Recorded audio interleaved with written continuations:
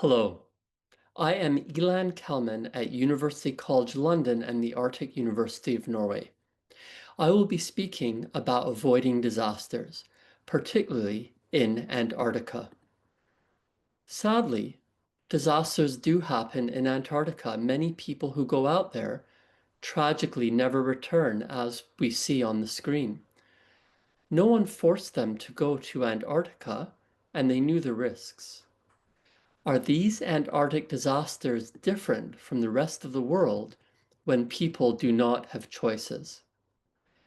After all, the environment, such as earthquakes and weather, exists all the time. Sometimes we get a disaster from these phenomena and sometimes not. What is a disaster? Impacts tend to be poorly correlated with the environmental phenomena. Instead, the disaster is usually determined by how society deals or cannot deal with the environment, including whether or not we support people for addressing, say, earthquakes or any weather.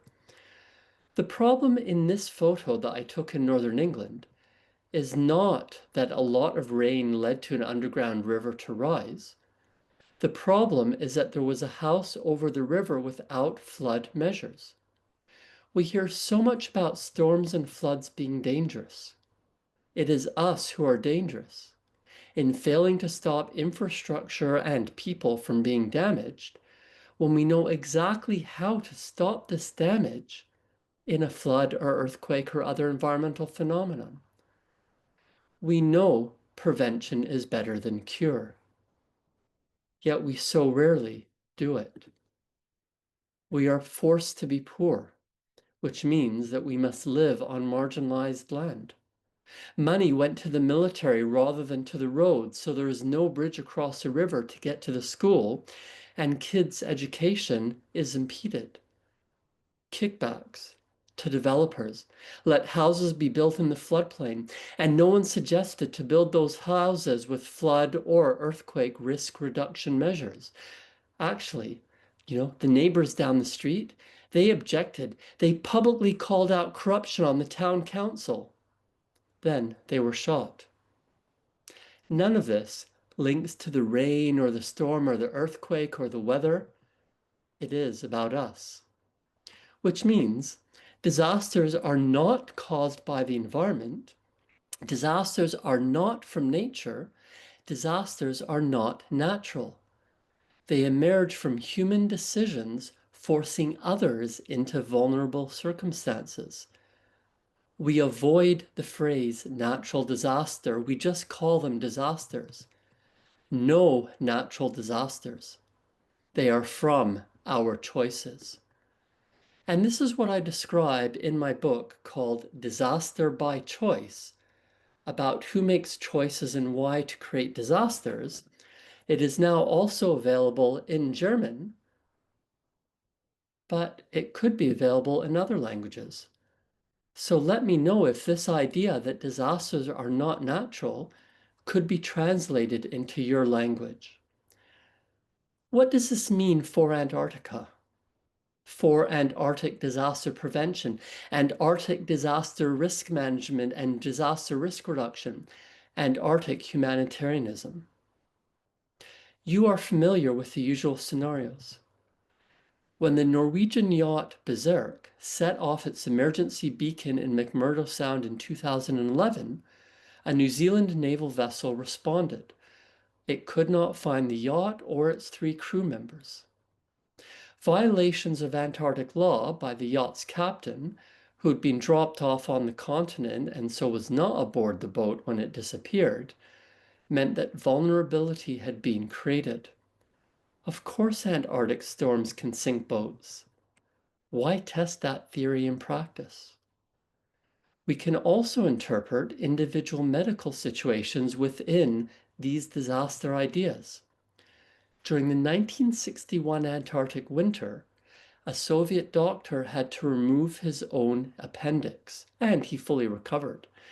The station team knew their vulnerabilities and dealt with them. Disaster avoided. Another doctor who had to self-treat during the Antarctic winter was the only physician at the South Pole Station in 1999. She diagnosed herself with breast cancer, and supplies were dropped by air for self-treatment until it was possible to evacuate her. She recovered, disaster avoided. Overwintering teams know their vulnerabilities, such as if one doctor is incapacitated. Air New Zealand flight TE901 crashed into Mount Erebus in 1979, killing all 257 people on board. Imagine if there had been survivors requiring rescue. Apply the principles of humanitarian response to avoiding a further disaster, notably through temporary shelter until rescue and evacuation are possible, which could be several days. Physical health in temporary shelter ought to ensure thermal comfort, ventilation, and fire safety. Mental health should include dealing with being confined to the shelter for most of the time, given the weather, and the knowledge that even a minor flaw in the shelter permitting cold air to enter could quickly become lethal. Security and safety are mental and physical. Privacy and dignity in such shelters are not easily maintained. People would have to remain indoors so much, and showers and toilets must also be kept warm, so dedicated spaces for outdoor facilities are hard to provide without heating. For such cold climates, these facilities cannot be far from the main shelters, so hygiene also must be addressed. And assault and harassment in these spaces must be considered and prevented. We think of these ideas, and by considering such examples from around the world, we try to instill the ethos of disasters which did not happen because people took action in order to inspire further action. What examples from Antarctica exist? The Polar Code for ships. Many Antarctic Treaty System provisions seeking to reduce risks. Trying to avoid too much radiation exposure for flight crews, especially during solar storms, by rerouting flights. People dealing with the Antarctic have thought widely, have been considerate of avoiding disasters. The key being, do not isolate disasters or disaster ideas or dealing with them.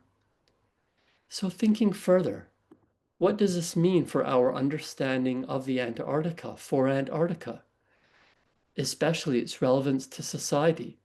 How do we save lives now and in the future, considering ice sheet melt, global sea level rise, and acidifying oceans?